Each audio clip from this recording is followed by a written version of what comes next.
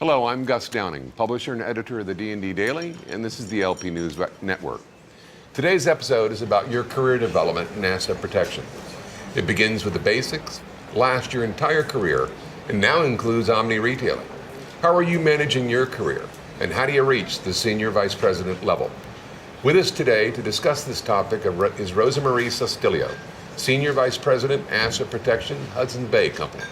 Welcome, Rosa. Thanks for being here. It's great to be here. Thank you, Gus. Rosa, let's start out at the beginning. Can you talk about how an LP and an AP executive at the store level really needs to be approaching their position and what they can do to develop themselves and add value to that level? I think at the loss prevention store level, being a strong technician is really important. Really getting to master your trade. That's where you master all your technical ability. It really is at that level. So really get to know the industry. Viewing these sorts of shows are very important. And really getting the staples down of what their technical stuff is really important. And then from there, it kind of changes. You know, so an LPM gets promoted to the multi-store level. What's the first 6 months look like? Where should they be focused, and how do they position themselves from a multi-unit perspective for a corporate level job? It's a great question, because what happens is you begin to start to feel like you're out of your comfort zone, which is a great feeling. Yeah. And you know that your career is on the right path if you're out of your comfort zone a lot. Yeah. So when you feel as though you've got it down pat, you're stagnant.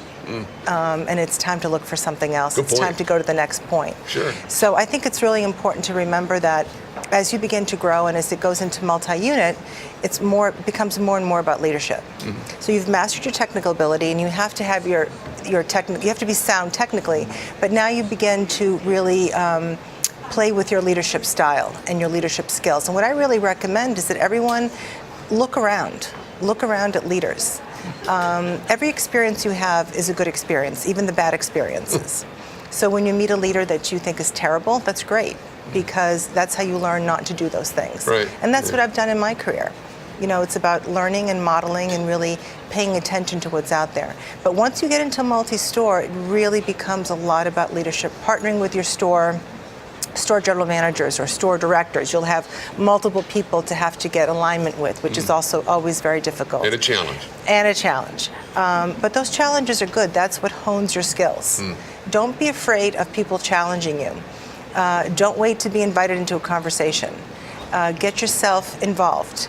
Understand the business of the locations that you're in, and become their partners. And that's how you develop your leadership style with them. Don't just shy away. I've seen too many LP executives shy away because they're not comfortable. Learn the language of your business, whatever it is, whatever commodity your company sells. Get to learn that business and show an interest. And that's, those are very simple things that anyone can do. And then I have a kind of a secret thing that I like to tell certain people. Sure. As you're developing in your career, have vision. Visualize where you want to be. I've always visualized my next step. Visualize where you want to be, and you will eventually get there. Yeah, have a vision. Have a vision, but really see yourself doing it. Right. Don't feel like it's out of reach. Right. It's really, really exciting. An LPM at an LPM level is super exciting because you've got so much growth ahead of you. Right. So you definitely want to get into the multi-store next, whether it's a district position, and begin to really hone those skills. So you get to corporate and the world changes. Can you give the viewers some advice about how to reach that top at corporate and what's the secret, not only of surviving, but excelling? Like you have. A couple things I would say is, careful what you wish for and enjoy your journey. Not enough people enjoy the journey, and everyone is looking for the next step too quickly. And I've seen people not do well because they want to excel too quickly. So enjoy the process. I tell my team that they need to marinate in the position. There are so many different experiences that you're going to have in each position that you really need to embrace and experience all those things. Don't rush the next step, and understand when you want to go to the next step, why. Why do you want to go to the next step?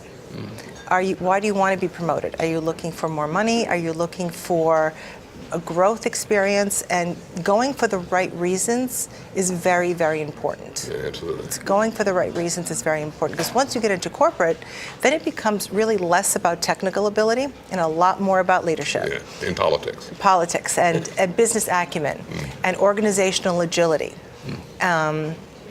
Is very, very, very important to be able to understand how the organization operates, and you have to fit in with that organization or you won't be part of it. So that's really critical. But I really would like to tell everyone watching to take their time and enjoy. It really is a journey. And it goes by fast. It goes by fast. I've been doing this a lot longer than I ever thought I would be, really. Yeah, it's yeah, over exactly. 34 years now. Well, and you've done a heck of a job. Thank you, but it's definitely a journey, and I definitely made mistakes along the way. Isn't that how we learn the most? That is how we learn the most, but I'd like to try to help people not make those same mistakes. Yeah, so exactly. I think, taking your time, really understanding what your path is, and understanding your business, and really delving into leadership and understanding what that looks like in your organization as well. It's very organization specific. Yeah. And then really understanding what commodity do you want to be in? What do you want to be in? Ready to wear? What commodity do you want to be in? I think that's also really important. Well, I want to thank you for taking the time today. Thank you, Gus. I appreciate it. Thank you. Great words of advice. Thank you, Gus. Thanks. Well, that's it for this episode, ladies and gentlemen. I want to thank you for watching, and until next time, let's keep them all safe out there.